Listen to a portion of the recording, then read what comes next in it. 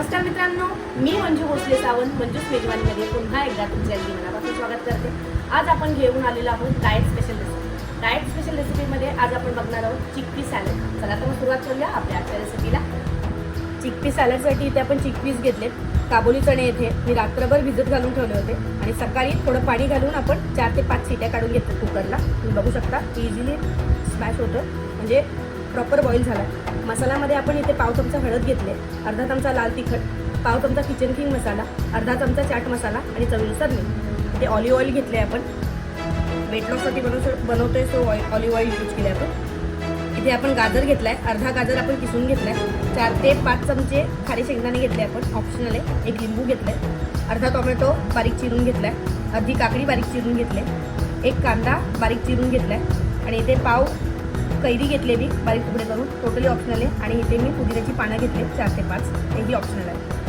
आपले जे काबुली चणे आहेत ते बॉईल आहेत, त्याच्यामध्ये आपण हे जे मसाले आहेत हे सर्व मसाले ॲड करून घेऊया आणि व्यवस्थित असं एकजीव करून घेऊया. त्याला बघू शकता व्यवस्थित असा मसाला एकजीव झालाय.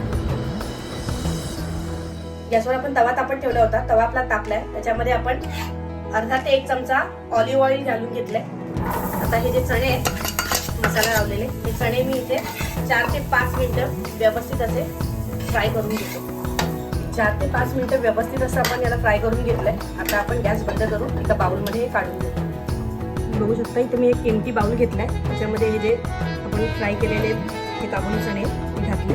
त्याच्यानंतर हे जे सगळे इन्ग्रेडियंट्स आहेत, लिंबू सोडून बाकी सगळे गाजर, शेंगदाणे, कांदा, टोमॅटो, काकडी घालून व्यवस्थित असं मिक्स करून घेऊया. बघू शकता तुम्ही व्यवस्थित असं आपण एकजीव करून घेतले. आता याची आपण ड्रेसिंग बनवून घेऊया. ड्रेसिंगसाठी मी एक काचेचा जार घेतलाय, याच्यामध्ये आपण एक लिंबाचा रस घालून घेऊया.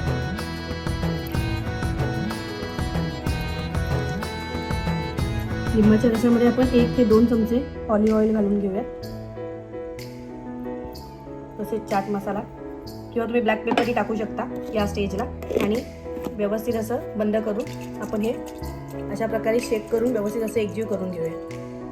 हे जे ड्रेसिंग आपण केलं होतं लिंबाच्या रसाचं ऑलिव्ह ऑइलचं, हे आपण घालून व्यवस्थित असं पुन्हा एकदा एकजीव करून घेऊया आणि सर्विंग बाउलमध्ये सर्व करून घेऊया आपलं चिकपी सॅलड.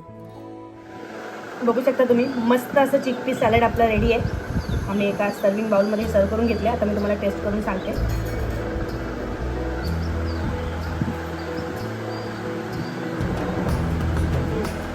खूपच छान लागते. मध्ये मध्ये जो कंटिन्युअस येतोय काकडीचा, शेंगदाण्यांचा, खूप मस्त लागते. Diet special recipe chickpea salad नक्की ट्राय करून बघा आणि कसं झालं हे कमेंटमध्ये कळवायला विसरू नका. धन्यवाद.